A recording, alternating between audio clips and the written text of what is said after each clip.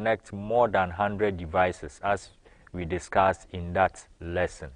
The next port is the game port that connects joystick and then gamepad. And the last one is the PS2 port, that is personal systems 2 port, and that connects a mouse and a keyboard. So these are the answers to the assignment you were given the last time, and I believe you all had the answers right. So if you wrote any of these, or even devices that are correct but are not here, you are also correct. Good. Now let's move to today's topic on summary of the hardware devices. At the end of the lesson, you will be able to identify the various groups of hardware components that make up the computer system. So we talked about a lot of devices that makes up the computer system. And at the end of the lesson today, you'll be able to know all of them. We are just giving you a summary, so you'll be able to know all of them. And then you'll be able to mention 4 devices that make up the various hardware groups. 4 devices that make up the various hardware groups. So let's all sit tight and enjoy this lesson. Viewers, we started by saying that there are 2 main components of the computer system. 2 main components. If you are using any computer system, it is made up of 2 main components. And these 2 main components are the hardware and then the software. The hardware and then the software. And we are going to look at the hardware aspect of the components of the computer system. The various groups of hardware devices, we talked about input devices, we talked about output devices, we talked about storage devices, and then we looked at the system unit and its various components. So today we are going to go through the input devices, the output devices, the storage devices, and the system unit. We are just going to refresh our minds of all the devices that come under these 4 groups. All the devices that come under these 4 groups. Let's start with the input devices. Input devices. Input devices, these are hardware devices that send data and commands to a computer. They send data and commands to a computer. And then they also allow you to interact with the computer. So input devices help you to interact with the computer system. And input devices also comes in various groups. We have the pointing input devices, we have the data entry, we have the card data entry, and then we have the biometric. So these are the 4 groups of input devices we are going to look at, and the various devices that come under all these 4 groups. The first one is pointing input devices. Pointing input devices. And when we talk about pointing input devices, they help you to control a pointer or have control over a pointer on the personal computer that you are using. So you see that most personal computers have a pointer like this. That's the mouse pointer. We normally call it the mouse pointer. So all these devices that we are going to look at help you to control this pointer. That is why we call it pointing devices, because they help you to have command over the pointer on your screen. And these devices are used for pointing. It can be used for clicking. It can be used to activate commands. It can be used for dragging. It can be used for drawing. So these devices that we are going to talk about help you to have command over this pointer that you see on your screen. The first one is the mouse.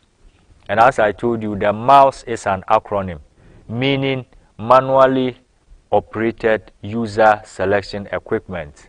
Manually operated user selection equipment. That is mouse. And that is the most common pointing device we find with most personal computers, the mouse.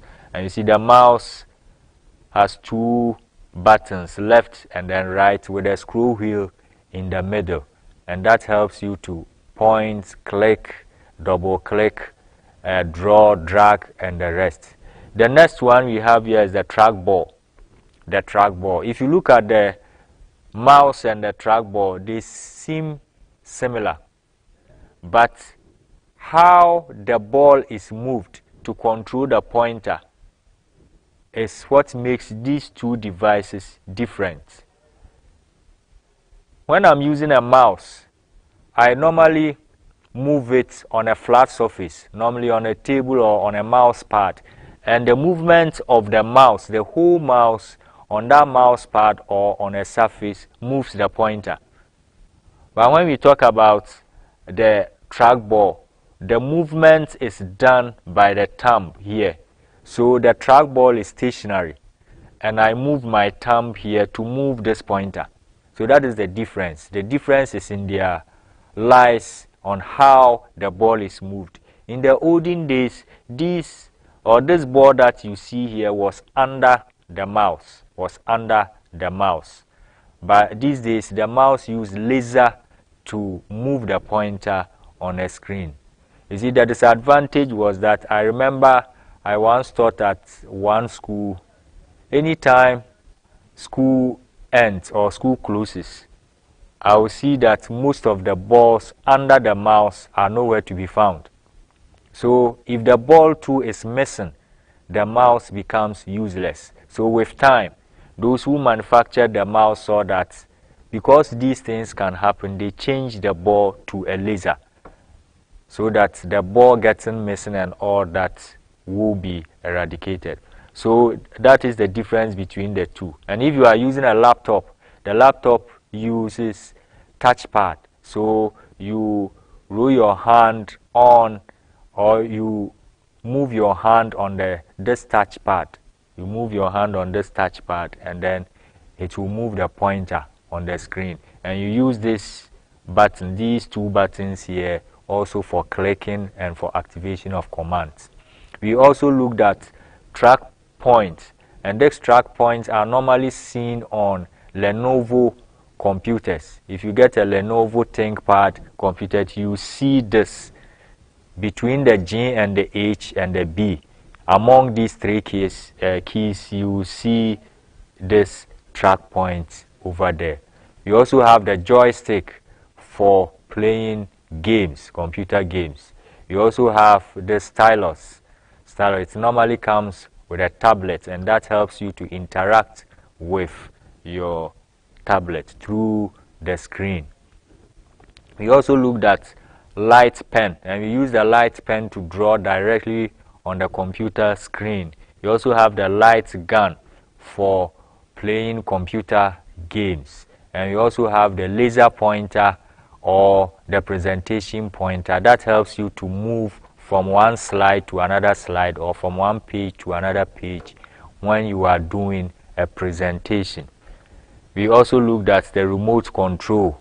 We all have access to remote control because of televisions and other home appliances like the video deck and the rest. You all have access to remote control, and we are familiar with the usage of the remote control. It helps you to interact with any device that you are using, send command to that device for you to get the needed reply. You also have the poke, and that is also similar to the mouse, but this device is specially designed for artists. They use it in their work. It helps them greatly in their work. And we also have the gamepad. The gamepad is also used for playing computer games. Good. So these are pointing input devices. Let's move to data entry input devices. When you talk about data entry input devices, they feed data directly to the computer system. They feed data directly to the computer system. So all the devices that fall under this category feed specific kind of data to the computer system, and that is what I want you to get. Any device mentioned here feed a specific data to the computer system, and that is what you have to know. So let's go through these devices. The first one is the keyboard. So if you take the keyboard, we can feed the computer system with text, that is alphabet, through the keyboard. We can feed numbers to the computer system through the keyboard. We can feed symbols to the computer system through the keyboard. So they feed tests. When we talk about alphanumeric, we are talking about alphabet and numbers.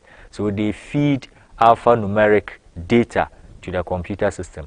If you take an example of an alphanumeric data, an example is the car number plate. A car number plate consists of an alphanumeric data.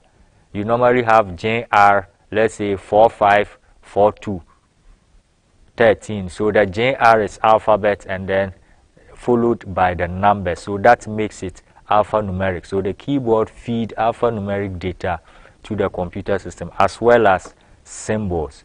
You also have the scanner.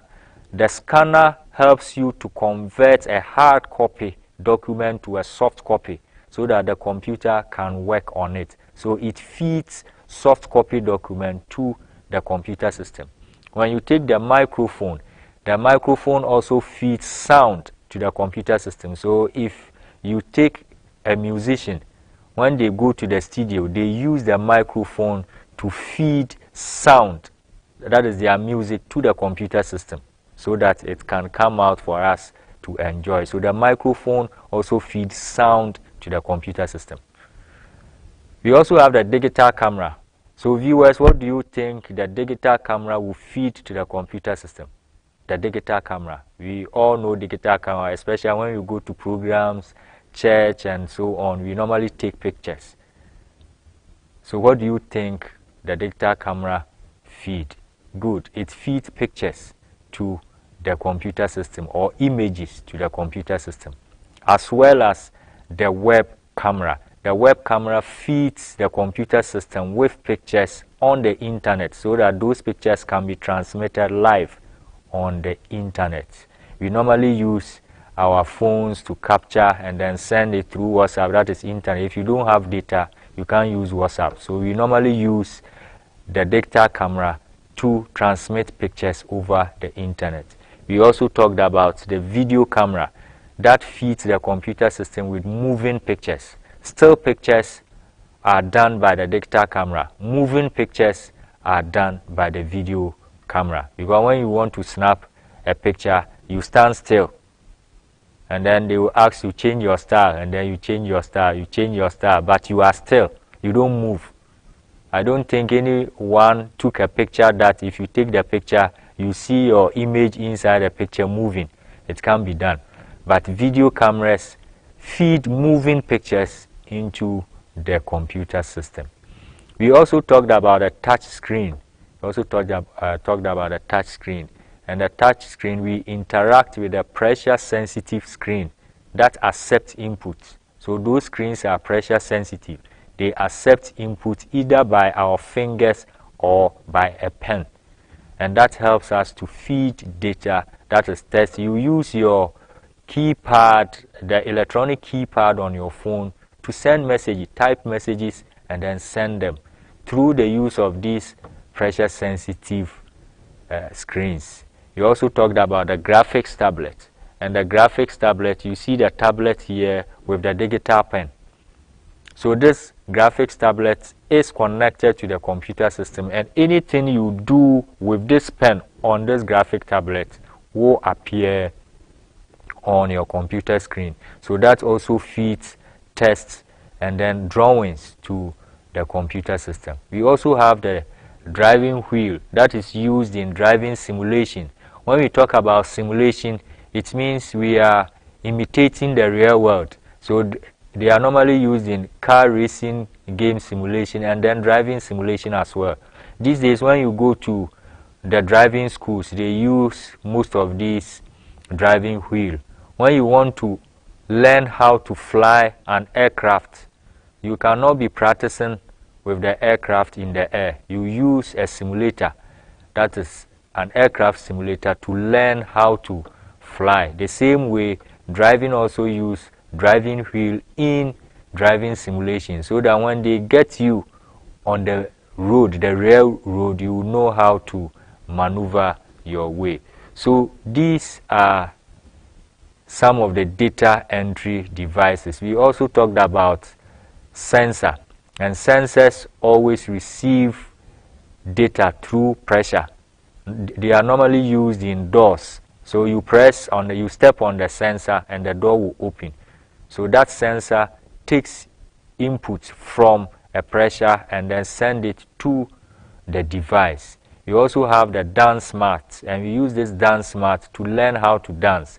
So if you want to learn how Michael Jackson dances, then you can get a software on that, and then you connect this dance mat to your computer system, and any movement made by Michael Jackson in that software, this dance mat will also move you to that direction. That is why we have the up arrow, the down arrow, we have the left and the right. So any movement made, the dance mat will also help you to make that movement, and by so doing you'll be learning how that person dances. We have already talked about the driving wheel. So these are examples of data entry input devices. We also looked at card data entry input devices. When you look at the data entry input devices, we feed the data directly to the system through the use of a keyboard. We operate the keyboard or manipulate the keyboard. If you take a digital camera, human beings manipulate the digital camera to take the images. But when you take card data entry input devices, the data is on a card. The data that the computer needs is on the card, and you insert the card in that device for the computer to pick the data from the card. So the devices that we are going to talk about, they pick data from a card, and the card can either be a plastic or a paper. The first one is MSR, that is magnetic stripe reader. Magnetic stripe reader. This is a stripe or a magnetic stripe at the end or at the back of plastic cards. These plastic cards contain some information that the computer needs. Example of these cards we have, if you take most of the ATM cards, you see this is the stripe. You see the black line here. This is what we are talking about, the magnetic stripe reader. You see the black at the top of this card. So this is an ATM card, and this ATM card, when you insert it in ATM, you see that it will pick the data the machine needs from this magnetic stripe. The same applies to retail loyalty cards. Sometimes when you shop at these big retail shops, they will give you a card, a specific card, that when you buy items amounting to specific amount, if you have those cards, then you present it to them, and then that will give you a discount. So this is an example of a retail loyalty card, and you see the magnetic stripe here, that black stripe here. This black stripe contains some information, and that is what this machine, that is the magnetic stripe reader, reads. So if it's an ATM card, you see that your account number will be embedded in that stripe.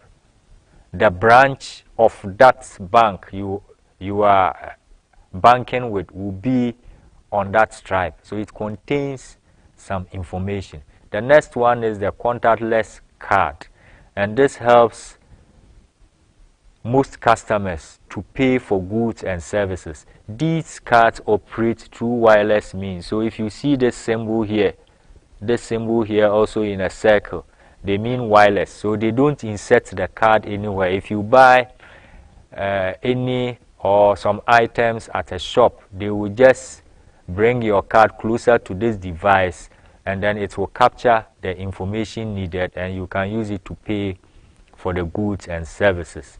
We also have the MICR, that is magnetic ink character reader. Magnetic ink character reader. And we use this at the banks.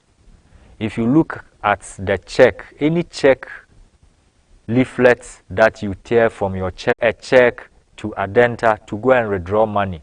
So this reader on your check, your branch is at Achimota, but you went to Adenta to withdraw that check. So when they insert it into this machine, the machine will record that this is our own bank, but the city this check is coming from is from Achimota. This is the bank name. That series of numbers you see there at the bottom of the check contains a lot of information. The reason being that this input device helps the bank to authenticate checks. So if you bring a fake check, this machine will detect. Because they have coded all their bank branches. So if you bring a fake check to them, this machine will detect. So that is the use of this machine, magnetic ink character reader. You normally find them at the banks. We also have the OMR, that is optical mark reader. We use this optical mark reader to read the positions of marks made by a pen or a pencil in a predefined position. So this machine normally detects positions of marks made by a pen or a pencil in a predefined position. So we normally use this machine, and in that lesson we saw how objective tests or shading papers are marked by this machine. We saw that in that lesson. And then we also went through the various things that when you do, this machine will reject a shading paper. So we normally use this machine to mark objective tests. So those who wrote the BEC recently, this machine is going to mark all the shading papers. And this machine normally uses a specific pen or a pencil. That is why during examination, the examination body gives students or candidates going to write that exams a specific pencil. Not that you cannot come with your own pencil or you can't buy a pencil.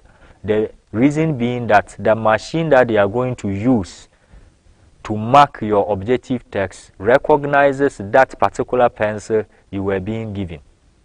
So they mark shading papers based on some predefined positions. So you see that when you are using a shading paper, you have lines, and each line contains some alphabet A to E on each line. So they pre-program the machine that number 1 is C, so that is a position. Number 2 is B, that is a position. Number 3 is D. So when they insert your shading paper, it will just check the positions of the answers already fed into the computer and compare it to your positions on your shading paper, and the marking continues. You also have the optical character reader. Optical character reader. It converts, just like the scanner, it converts a hard copy onto a soft copy, and it will allow you to edit the soft copy. When you use the traditional scanner, it normally scans as a document or as an image, whereby if it's a document, typed document, it becomes very difficult for you to edit the text. But this kind of device here will help you to edit the text. We also talk about the chip and then pin. So when you buy anything, they can insert your card into this device. You provide a pin, and then they deduct any amount that the items you bought, or the amount that the items you bought amounted to. And then we also have the barcode reader. The barcode reader also helps to get information from barcodes, and this is what we call a barcode. When you normally visit the big retail shops or even the small ones, most of them are using this barcode. You buy the item and they bring it near the illuminating light of the barcode, and then it will read this. So these days, if you buy any bottled drink or a canned drink or even bottled water, you see this barcode on top of the crown or the cover of the bottle, because that is what the machine will scan to give you information about the product you bought, the manufacturing date, the manufacturer, the price, and etc. So that's the barcode. And you normally also have the QR code. That's the quick response code reader. And they also read this code and send you directly to a website on the internet so that you can find more information about that particular product. So viewers, these are the card data entry input devices, card data entry input devices. Now let's look at the last group of the input device, that is biometric data entry input devices. When we talk about biometric, we are talking about biological features of human beings. It captures biological features of human beings, and we have the fingerprint, the facial recognition device, and then the iris scanner. So these are the three major biometric data entry input devices. So the first one is the fingerprint, and fingerprint, every individual has a unique fingerprint. And in that lesson we learned that there are three major fingerprints. There are three major fingerprints, and these are the loop, the whorl, and then the arc. So if you look at your fingerprint, you will belong to one of these three, either the loop, the whorl, or the arc. The loop, according to research, is the most popular fingerprint. That takes up about 60% of the world population. About 60% of the world population has this type of fingerprint, followed by the whorl, that makes up about 35%, and then the arc, which is very scarce, makes up about 5% of the world population. So if you look at your fingerprint, you will belong to one of these. So out of these three basic fingerprints, we have different types of loop, different types of whorl, and then different types of arc. So every individual has a unique fingerprint, and one of the unique fingerprints that you have you will belong to one of these three. These are the three basic fingerprints, and then out of these three we have different types of loop, different types of whorl, different types of arc.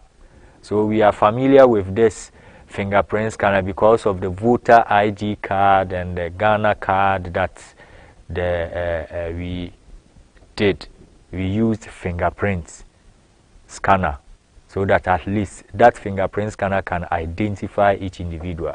We also have the facial, and when we talk about the facial just picks distances between certain locations on your face.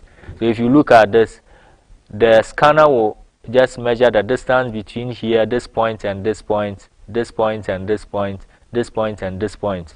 So you see a lot of marks made with some dots and some distances. That is how the facial recognition works.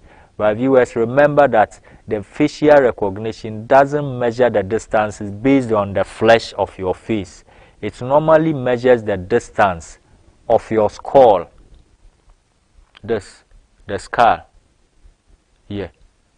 So you see that it doesn't measure. So even if your hair is bushy and then you go for a face recognition and then later you go and do Sakura, when you go, the machine will still detect that you are the same person because it takes your skull, not your flesh.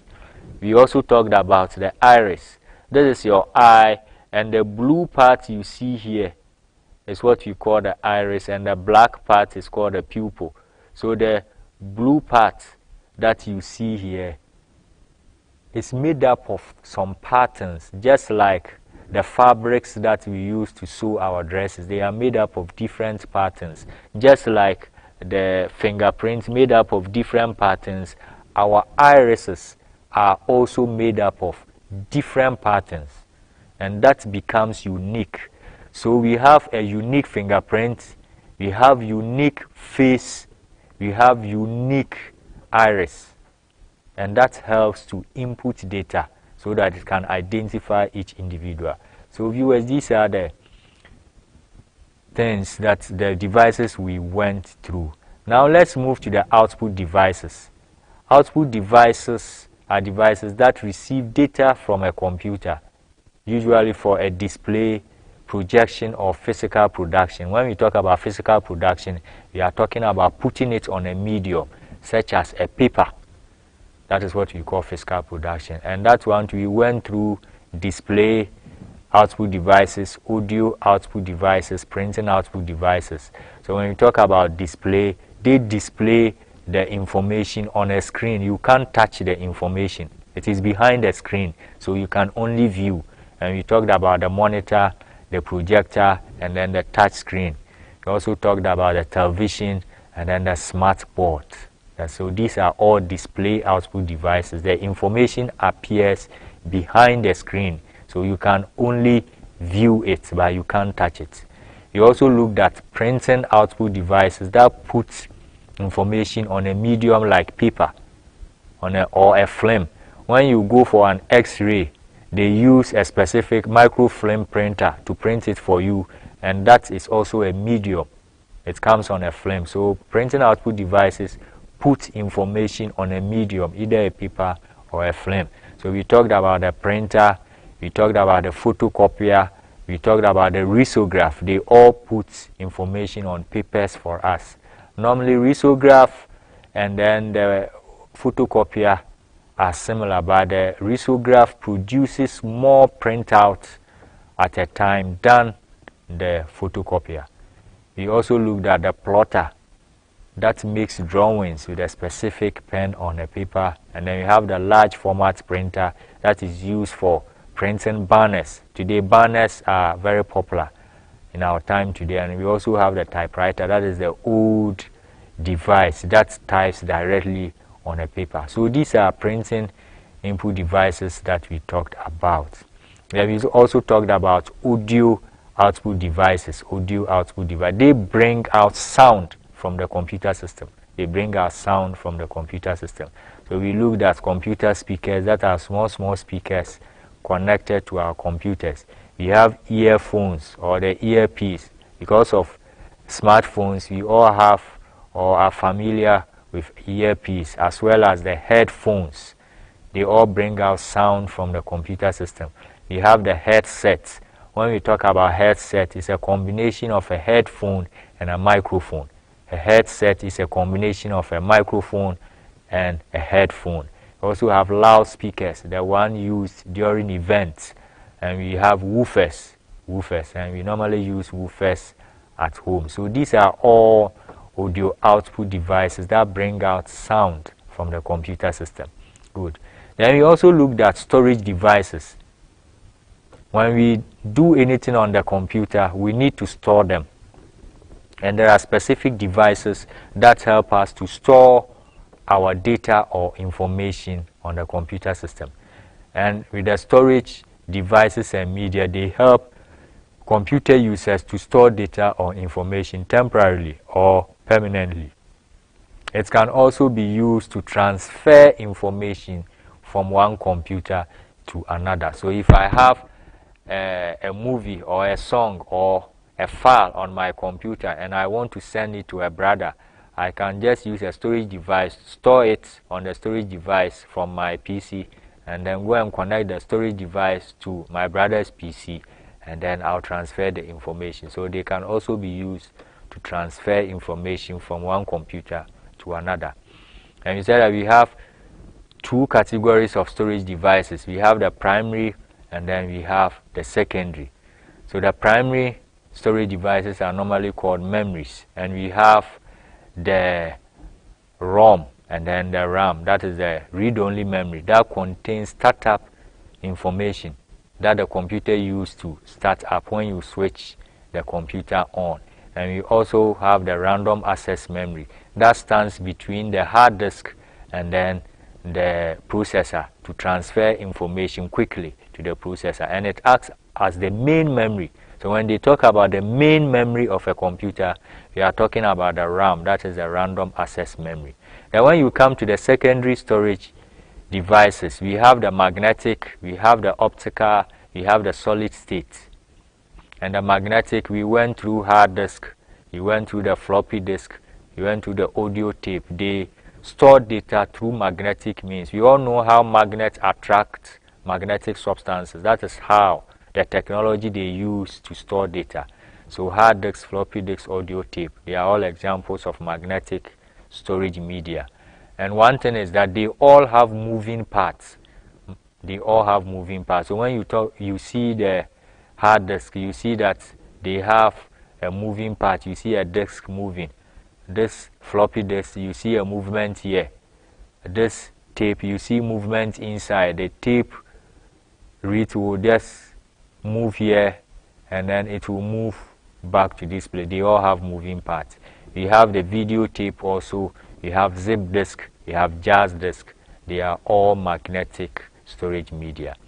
And we also talked about the optical that uses laser to store data. Laser to store data. So we have the compact discs as optical. You have the digital versatile disc or digital video disc, that is DVD, and you have Blu-ray discs. So if you take the CD, they have less space, 700 megabytes. DVD has 4.7 gigabytes, and then Blu-ray has 50, 25, 50 and above. And if you remember, during storage media, we talked about storage capacities. And then the last one is the solid state. As for solid state, they don't have moving parts. If you look at the CD, DVD, and Blu-ray, they have moving parts. When they are operating, the CD moves in the device. They have moving parts. But when you talk about the solid state, they have no moving parts. And they store data through electronic means. So we have the SS drive, that's the solid state drive. We have the pen drive, we have the memory card. These are very popular today in our time. When I started learning PC, I started learning about computers. At that time, floppy disks was very popular. They were very popular.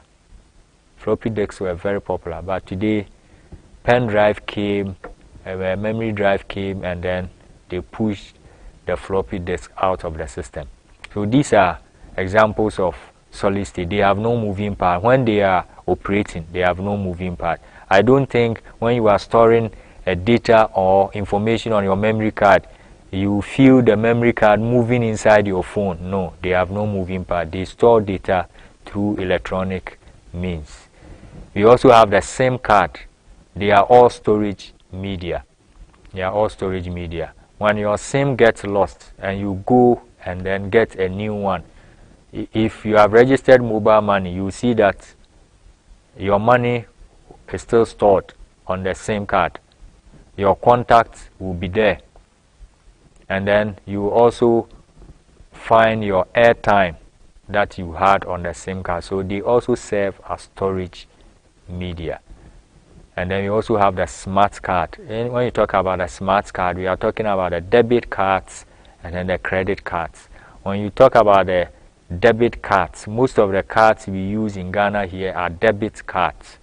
They give you access to your bank account through the use of the ATM. But when you talk about the credit card, you have the amount on the card. The amount is on the card. So these are the differences between these smart cards, and they also serve as storage media. Good. Then we also move to the system unit. As the last component, we talked about the system unit.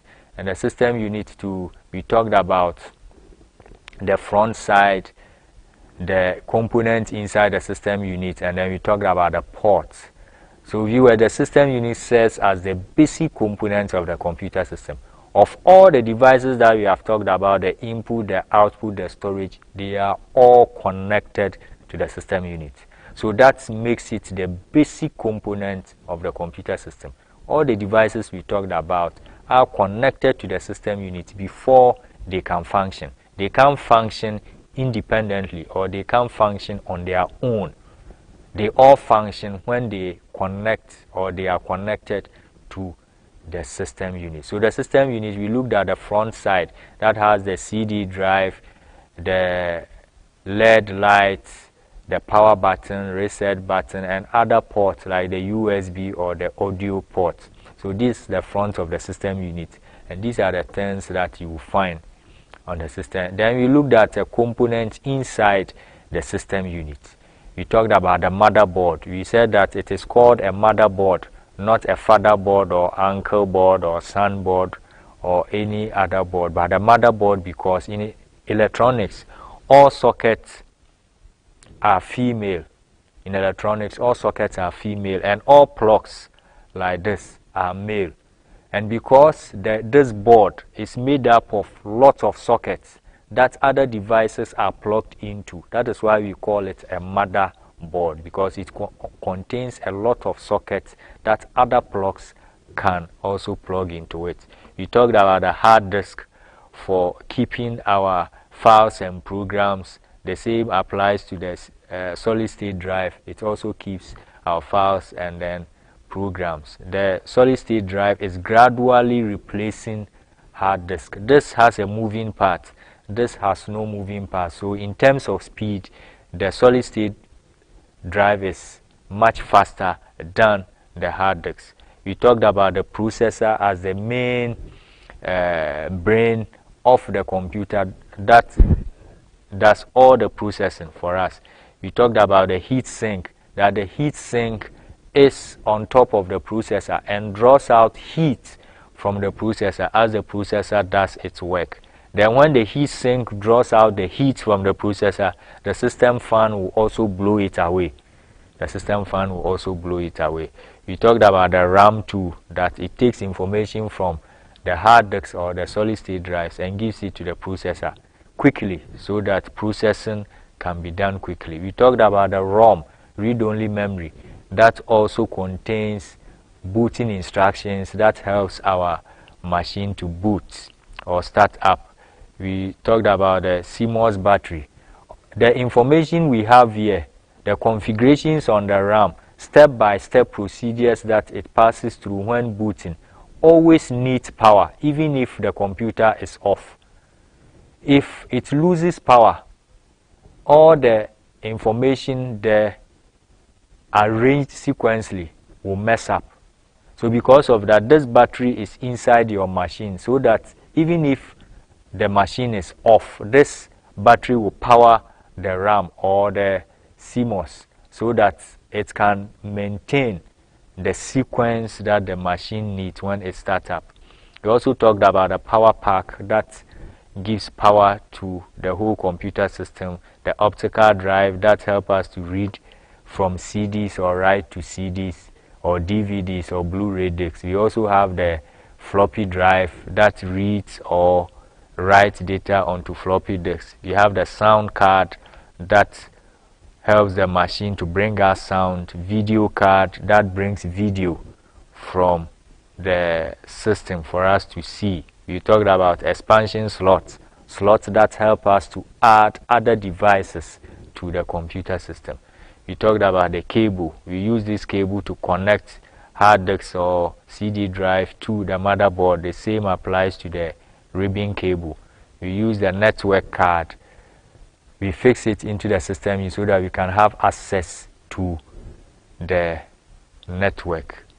Then we also finally came to the ports. Ports are connectors that help us to connect devices to the system unit. And we talked about the power port for connecting the system unit to the main line to get electricity to power the system unit. We have the VGA port, that's the video graphics array, to connect monitors and projectors.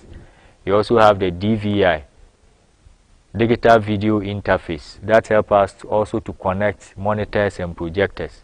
We have the PS2 keyboard for connecting a keyboard and PS2 mouse for connecting a mouse. These are old ports on system units. We also have the serial port for the connection of modems.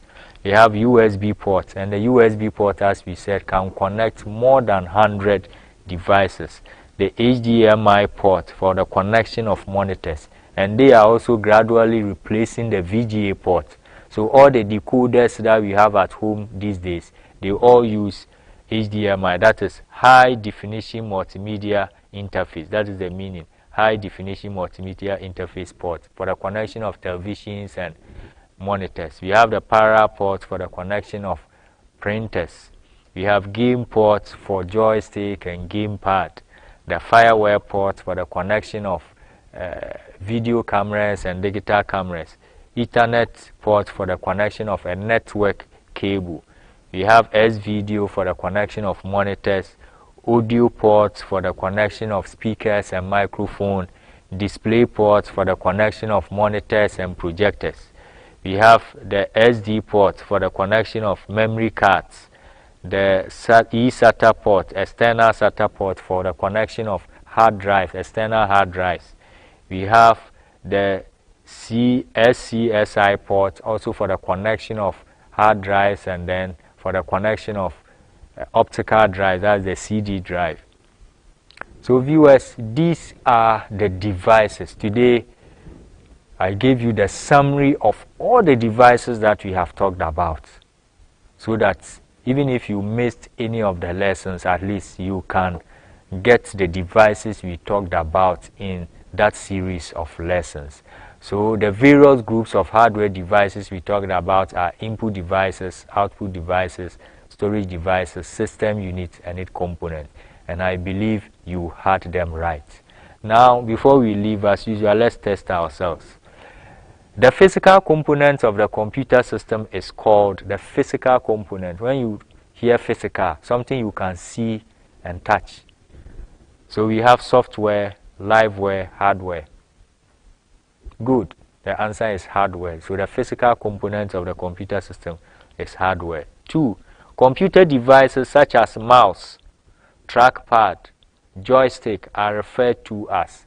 Computer devices such as mouse, trackpad, joystick are referred to as. We have data entry devices, pointing devices, and non-pointing devices. Good. They are pointing devices. They help you to control the pointer on the screen. 3. A device that communicates the result of data processed by the computer is called.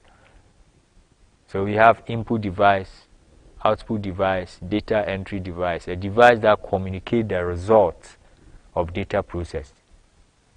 Good. Output device. Good. Output device. 4. The physical material on which a computer keeps data, instructions, and information is called. The physical material on which a computer keeps data, instructions, and information is called. We have storage device, storage media, memory device. Good. They are storage media. The storage media contains the data or information, and the storage device helps you to write the information on the media. So if you are at home, your deck you have is the storage device. The CD you put in the deck is the storage media, because the deck helps you to view the information on the CD. Then 5. Which device is considered the brain of the computer? Which device is considered the brain of the computer? You have the processor, the system unit, and then the hard disk. Good. The processor. Good. You have all done well. Have all done well. Now let's take this assignment and try our hands on. 1. Explain the term computer hardware. Explain the term computer hardware. And then 2. Explain any 2 groups of hardware devices and give 2 examples each. Today we looked at 4 groups. So you explain any 2 of them, and then you give 2 examples of each of them. I'll give you some few minutes to put this assignment down. So you explain the term computer hardware, and then you explain any 2 groups of hardware devices, and then you give 2 examples each. You give 2 examples each.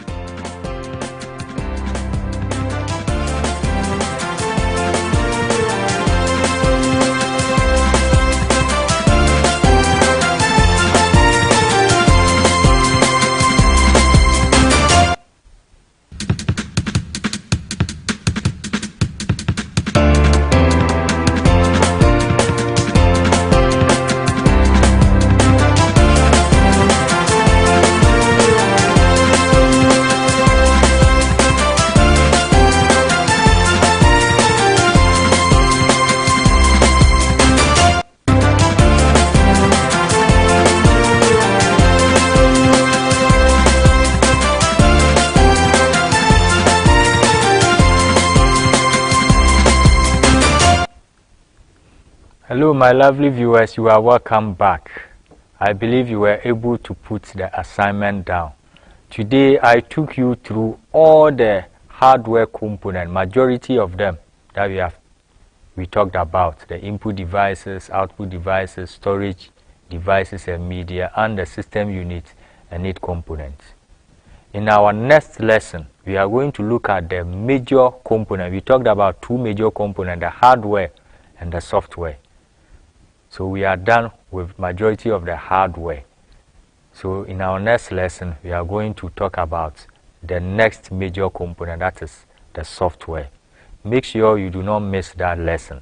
And until I come your way again with that wonderful lesson, this is your instructor, Ernest Ato Bente. Bye-bye.